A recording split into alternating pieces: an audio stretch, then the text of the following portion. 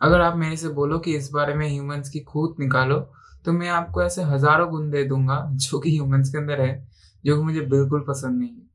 लेकिन उनमें से ये 3 चीज़ें हैं, जो कि मैं सबसे ज़्यादा हेट करता हूँ, जिससे मेरे सबसे ज़्यादा रिलेशनशिप्स खराब हुए हैं, जिससे सबसे ज़्यादा मैं डेली लाइफ़ में झगड़ा करता हूँ लोगों से। नंबर 1 है, जब आप किसी से कुछ माँगते नहीं हो, फिर भी लोग आपको दे देते हैं। इसको आप ऐसे समझ सकते हो कि आपने कुछ काम किया है, ठीक है? लेकिन आपका फ्रेंड है जो आपके लिए ना बोलते ही आपके लिए कुछ कर दिया। इन रिटर्न वो कुछ नहीं माँगता है उस टाइम पे। लेकिन जब आपका झगड़ा होता है तो वो उस बात को उठा लेता है कि मैंने तेरे लिए ये किया था। तो मतलब क्यों किया था मेरे लिए? उस पॉइंट में मैं क्या आंसर दूँ? हाँ, थैंक यू, तूने मेरे लिए ये चीज़ किया। तो वो बंदा तो विन कर जाएगा मेरे आर्गुमेंट के अंदर। और सेकंड चीज़ है, मुझे वो बंदा गिल्टी फ़ील करा रहा है, बोल के कि मैंने तेरे लिए ये काम किया है। तो मैं क्या रिस्पॉन्ड करूँ? यूजुअली मेरा रिस्पॉन्स तो यही होता है ना, मेरे लिए क्यों किया था तूने? जो कि बहुत ज़्यादा गंदा साउंड कर रहा है। लेकिन आपके पास क्या ऑप्शन बचता है थैंक यू के अलावा? क्योंकि आप थैंक यू तो बोलने नहीं वाले हो जिसके साथ आप झगड़ा कर रहे हो। तो ये एक पैराडॉक्स है भाई। लाइक आप किसी से कुछ माँगते नहीं हो, लेकिन आपके लिए लोग कर देते हैं। जब वो चीज़ हो जाता है, सब कुछ सॉर्ट हो जाता है, कभी एक दिन लोगों को याद दिला देता है कि मैंने तेरे लिए ये किया था। मतलब क्या है भाई, तूने किया ही क्यों था जब तेरे को याद ही दिलाना था? नहीं तो उस टाइम पे बता दे कि मैंने तेरे लिए ये किया था, तू मेरे लिए ये कर देना। बात खत्म, मैं भी कर देता। तो ये मतलब क्या है इस चीज़ का? नंबर 2 है, मुझे बहुत ज़्यादा डर लगता है लोगों के एक्सपेक्टेशन से। लाइक मैं कुछ ये बहुत ज़्यादा मेरे गर्लफ्रेंड के साथ होता था, लाइक अब तो ब्रेकअप हो गया भाई। अगर आपको कोई कुछ नहीं बोलेगा कि तू ये काम कर दे, तो मैं कैसे कर दूँगा यार? तुम अज़्यूम कर रहे हो कि तू तो कर ही देगा ये काम को। जब तूने बोला ही नहीं मुझे ये काम करने के लिए, तो मैं इस चीज़ को करूँ कैसे? इसका परफेक्ट एग्ज़ाम्पल है आप जब रिलेशनशिप में रहते हो, तो आपकी जो गर्लफ्रेंड होती है आपको बोलती है कि तूने मेरे लिए ये क्यों नहीं किया? देख वो भी तो कर रहा है। तू भी तो कर सकता था मेरे लिए, तू मेरे को टाइम नहीं देता है, तू मेरे लिए ये नहीं करता है, वो नहीं करता। अरे मुझे बताओ तो, अगर तुम मुझे बता दोगे तो मैं कर देता। मतलब तुम मुझे बताओगे भी नहीं, मुझे पता भी नहीं लगेगा और तुम एक्सपेक्ट करते हो कि मैं वो काम को ईज़िली कर भी दूँगा। मतलब क्या मैं क्या सुपर पावर हूँ? मैं क्या गॉड हूँ? या मेरे अंदर कोई तीसरी आँख है जो मैं इस चीज़ को सोच के, लाइक तुम क्या सोचने वाले हो उस चीज़ को प्रेडिक्ट करके मैं अपना मूव डाल दूँगा। अरे भाई इतना सोचूँगा तो मुझे कुछ तो फल मिलना चाहिए, वो भी नहीं मिलेगा मुझे यार। मतलब कितना गंदा बिहेवियर है ये।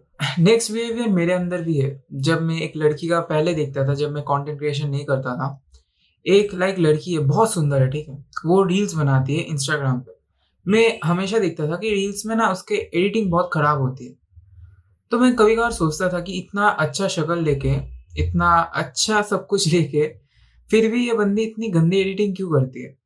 ये क्यों ना ऐसे एडिटिंग करे कि वो वायरल हो जाए, बिकॉज़ वो हो भी सकती है कि बहुत सुंदर है वो।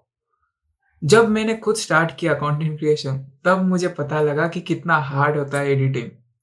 उसके बाद मुझे पता लगा कि कैसे लोग प्रेडिक्ट करते हैं कि क्या ट्रेंड आने वाला है और जो कि बहुत ज़्यादा हार्ड होता है। जब आप किसी का एडिट देखते हो, आप कोई भी इंस्टाग्राम पे रील देखते हो, जो एडिट्स बनते हैं सेलिब्रिटीज़ का, जो नाचते हैं एडिट्स पे, आपको लगता है कि बहुत ईज़ी है, बस नाचेंगे हो गया।